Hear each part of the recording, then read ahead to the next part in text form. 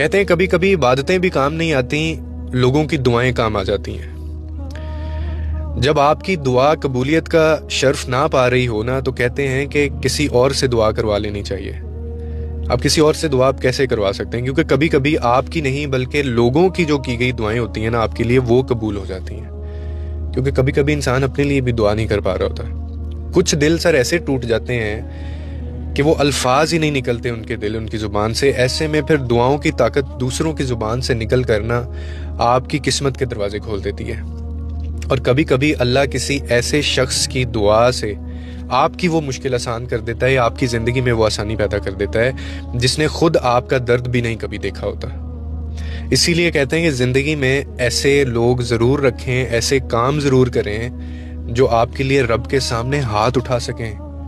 کیونکہ جب انسان تھک جاتا ہے نا، تو یہ ایک لمحہ، یہ ایک فیز آتا ہے کہ دعا بھی اس کو بوجھ لگ رہی ہوتی ہے، وہ مایوس ہوا ہوتا ہے۔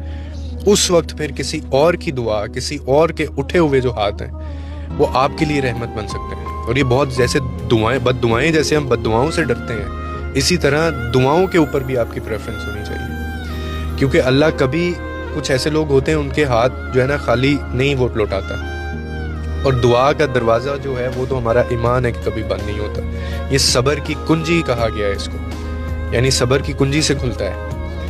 تو کیا سوال یہ ہے کہ کیا پیسہ کمانے کے بعد، سب عبادتیں کرنے کے بعد، فرائض پورے کرنے کے بعد، کیا آپ کے ماں باپ آپ کے پیچھے ہیں دعائیں کرنے کے لیے؟ کیا کچھ ایسے لوگ ہیں دعائیں کرنے کے لیے جو جن کے دل سے دعا آپ کے لیے نکلتی ہو؟ کیا زندگی میں آپ نے، اور وہ بہت بڑے بڑے کام نہیں ہیں، کوئی ایک بندہ بھی آپ کے لیے اگر رو گیا اس زندگی میں بنا کسی کنڈیشن کے، آپ نے اس کا بھلا کیا ہے، اس کو سپورٹ کیا ہے، اس کی مدد کی ہے، اس کا گھر بچایا، آپ نے اس کے لیے کچھ کیا، اس کے بچوں کے لیے کچھ کیا، کتنے پاکستان میں مستحق لوگ ہیں۔ تو جیسے ہم بد دعاؤں سے ڈرتے ہیں نا، تو کیا آپ دعائیں بھی لیتے ہیں لوگوں کی یا نہیں لیتے؟